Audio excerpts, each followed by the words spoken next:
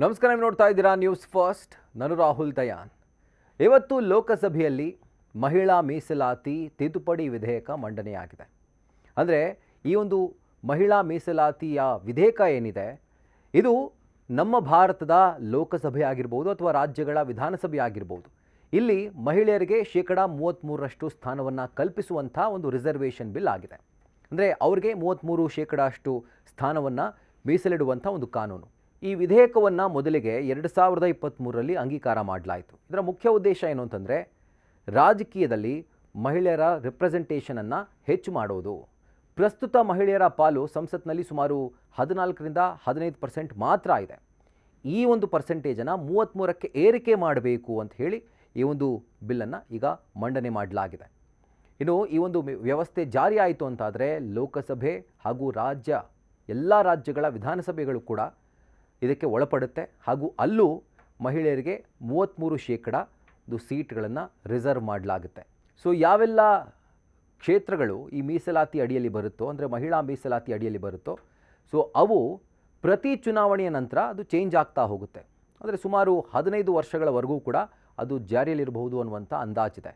So ಈಗ ಮಹಿಳಾ ಮೀಸಲಾತಿಯ ಒಂದು ಮಸೂದೆಯ ಜೊತೆಗೆ ಡಿಲಿಮಿಟೇಷನ್ ಕೂಡ ಹೆಚ್ಚು ಚರ್ಚೆ ಆಗಿದೆ ಇವತ್ತು ಲೋಕಸಭೆಯಲ್ಲಿ. ಹಾಗಿದ್ರೆ ಡಿಲಿಮಿಟೇಷನ್ ಅಂದರೆ ಏನು? ಇದರ ಕುರಿತಾಗಿ ಒಂದು ವಿಸ್ತೃತವಾದಂಥ ಎಪಿಸೋಡನ್ನು ನಾವು ನಿಮಗೆ ಮಾಡಿ ಇದರ ಬಗ್ಗೆ ನಾವು ಮಾಹಿತಿಯನ್ನು ನೀಡಿದ್ವಿ.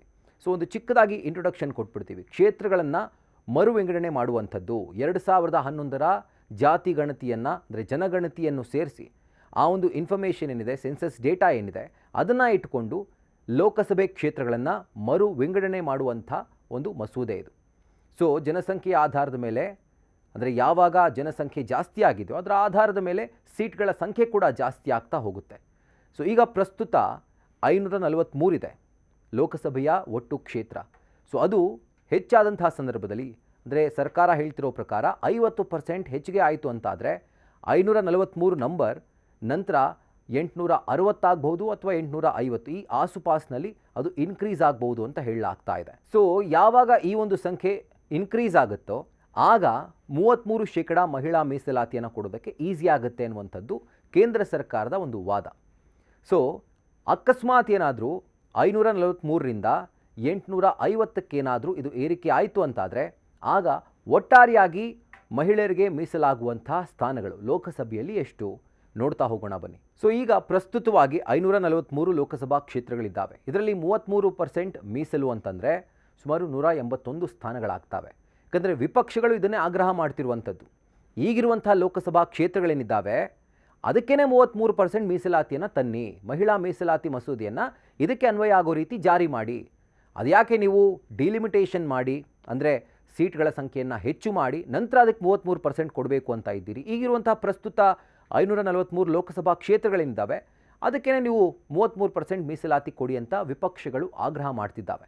ಸೊ ಒಂದು ವೇಳೆ 543 ಕ್ಷೇತ್ರಗಳಿಗೇನೆ 33% ಮೀಸಲಾತಿ ಅನ್ವಯ ಆಯಿತು ಅಂತಾದರೆ ಆಗ ಒಟ್ಟಾರೆಯಾಗಿ 181 ಮಹಿಳಾ ಸಂಸದರು ಆಯ್ಕೆಯಾಗಿ ಲೋಕಸಭೆಗೆ ಬರ್ತಾರೆ. ಅಕಸ್ಮಾತ್ ಡಿಲಿಮಿಟೇಷನ್ ಆಯಿತು ಅಂತ ಇಟ್ಕೊಳ್ಳಿ, ಆಗ 800ರಿಂದ 850 ಆಗುತ್ತೆ. ಸೊ 800 ಸ್ಥಾನಗಳಿದ್ದರೆ ಆಗ ಮಹಿಳಾ ಮೀಸಲಾತಿಯ ಸ್ಥಾನಗಳು, ಅಂದರೆ ಆ ಮೀಸಲಾತಿ ಅಡಿಯಲ್ಲಿ ಸಿಗುವಂಥ ಸ್ಥಾನಗಳು ಸುಮಾರು 266. ಸೊ 800 ಸ್ಥಾನಗಳಾಯಿತು ಅಂತಾದರೆ 266 ಮಹಿಳಾ ಸಂಸದರು ಆಯ್ಕೆಯಾಗಿ ಲೋಕಸಭೆಗೆ ಬರ್ತಾರೆ. ಅಕಸ್ಮಾತ್ 850 ಸ್ಥಾನಗಳಾಯಿತು ಅಂತಾದರೆ ಆಗ ಸುಮಾರು 283 ಮಹಿಳಾ ಸಂಸದರು ಲೋಕಸಭೆಗೆ ಆಯ್ಕೆ ಆಗ್ತಾರೆ. ಇದು ದೇಶವ್ಯಾಪಿ ವಿಷಯ ಆಯಿತು. ಈಗ ನಮ್ಮ ರಾಜ್ಯಕ್ಕೆ ಬರೋ ಹಾಗಿದ್ರೆ, ಈಗ ಕರ್ನಾಟಕದಲ್ಲಿ ಒಟ್ಟಾರೆಯಾಗಿ 28 ಲೋಕಸಭಾ ಕ್ಷೇತ್ರಗಳಿದ್ದಾವೆ.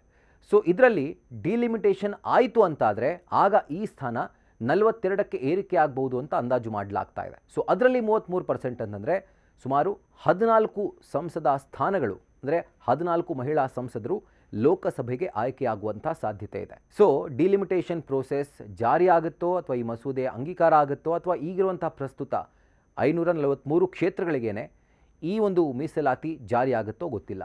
ಆದರೆ ಏನೇ ಆದ್ರೂ ಈ ಮೀಸಲಾತಿ, ಅಂದರೆ ಮಹಿಳಾ ಮೀಸಲಾತಿ ಜಾರಿಯಾಗಿರೋದ್ರಿಂದ 33% ಸ್ಥಾನವನ್ನು ಮಹಿಳೆಯರಿಗೆ ಮೀಸಲಿಡಲೇಬೇಕಾಗುತ್ತೆ. ಸೊ ಲೋಕಸಭೆಯಲ್ಲಿ ಅತಿ ಹೆಚ್ಚು ಚರ್ಚೆಯಾದಂಥ ವಿಷಯ ಇವತ್ತು ಮಹಿಳಾ ಮೀಸಲಾತಿಯ ತಿದ್ದುಪಡಿ ಮಸೂದೆ, ಅದರ ಜೊತೆಗೆ ಡಿಲಿಮಿಟೇಷನ್ ಪ್ರೋಸೆಸ್. ಸೊ ಈ ಎರಡಕ್ಕೂ ಕೂಡ ಅಂದರೆ ಒಂದು ಕಡೆ ವಿಪಕ್ಷಗಳು ಮಹಿಳಾ ಮೀಸಲಾತಿಗೆ ಒಪ್ಪಿಗೆಯನ್ನು ಸೂಚಿಸಿದರೆ ಡಿಲಿಮಿಟೇಷನ್ ಮಸೂದೆಗೆ ಮಾತ್ರ ವಿಪಕ್ಷಗಳು ಕೆಂಡಾಮಂಡಲವಾಗಿದ್ದಾವೆ. ಕಾರಣ ಏನು ಅಂತಂದರೆ ಅವರ ಪ್ರಮುಖವಾದಂಥ ಒಂದು ಪಾಯಿಂಟ್ ಇರೋದೇ ದಕ್ಷಿಣದ ರಾಜ್ಯಗಳಿಗೆ ಅನ್ಯಾಯವಾಗುತ್ತೆ ಅಂತ ಹೇಳಿ. ಸೊ ಈ ಒಂದು ತಿಕ್ಕಾಟ ಅಥವಾ ಈ ಒಂದು ವಾದ ಪ್ರತಿವಾದ ಮುಂದಿನ ದಿನಗಳಲ್ಲಿ ಇನ್ನು ಯಾವ ಹಂತಕ್ಕೆ ಹೋಗುತ್ತೆ, ಅಥವಾ ನಿಜವಾಗ್ಲೂ ಡಿಲಿಮಿಟೇಷನ್ ಮಾಡಿನೇ 33% ಮಹಿಳಾ ಮೀಸಲಾತಿ ಜಾರಿ ಆಗುತ್ತಾ, ಅಥವಾ ಇರುವಂಥ ಪ್ರಸ್ತುತ 543 ಕ್ಷೇತ್ರಗಳಿಗೇನೆ ಮಹಿಳಾ ಮೀಸಲಾತಿ ಜಾರಿ ಆಗುತ್ತಾ, ಕಾದು ನೋಡಬೇಕು.